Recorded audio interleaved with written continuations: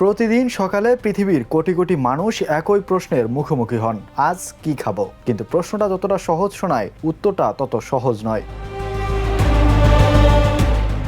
স্বাস্থ্যকর খাবার মানে শুধু সুস্বাদু নয়, এতে থাকে প্রয়োজনীয় পুষ্টি, ভিটামিন, প্রোটিন আর ফাইবার। কিন্তু আজকের বিশ্বে এই মৌলিক চাহিদা মেটানো হয়ে উঠেছে এক ধরনের সুযোগ সুবিধা, যা সবার নাগালে নেই। জাতিসংঘের খাদ্য ও কৃষি সংস্থার তথ্য বলছে, নিম্ন ও মধ্যমায়ের দেশগুলোতে এই সংকট সবচেয়ে তীব্র। কিন্তু এটি কেবল দরিদ্র দেশের সমস্যা নয়, উন্নত বিশ্ব লাখো মানুষ একই বাস্তবতার মুখোমুখি।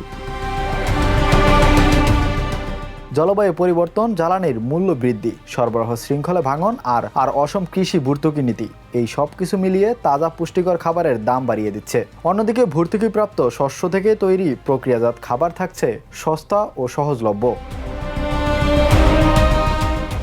যখন পুষ্টিকর খাবার নাগালের বাইরে চলে যায়, তখন এর মূল্য শোধ করতে হয় শরীর দিয়ে। অপুষ্টি, স্থূলতা, ডায়াবেটিস, হৃদরোগ, এসব একে অপরের বিপরীত মনে হলেও আসলে এরা একই সংকটের দুই মুখ।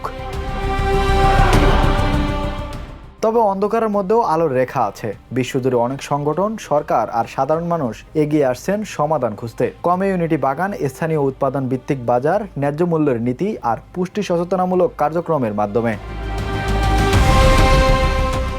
আমরা যদি ঠিক করি খাদ্য শুধু পণ্য নয়, বরং মৌলিক মানবাধিকার, তাহলে হয়তো একদিন এই তিনজনের একজনের গল্পটা বদলে যাবে। কিন্তু সেই পরিবর্তন শুরু হবে কোথায় থেকে? আপনার থালা থেকে, নাকি নীতি নির্ধারকের টেবিল থেকে?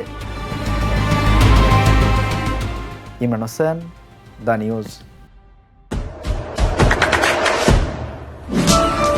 দেশে দেশে সবার সাথে দ্য নিউজ।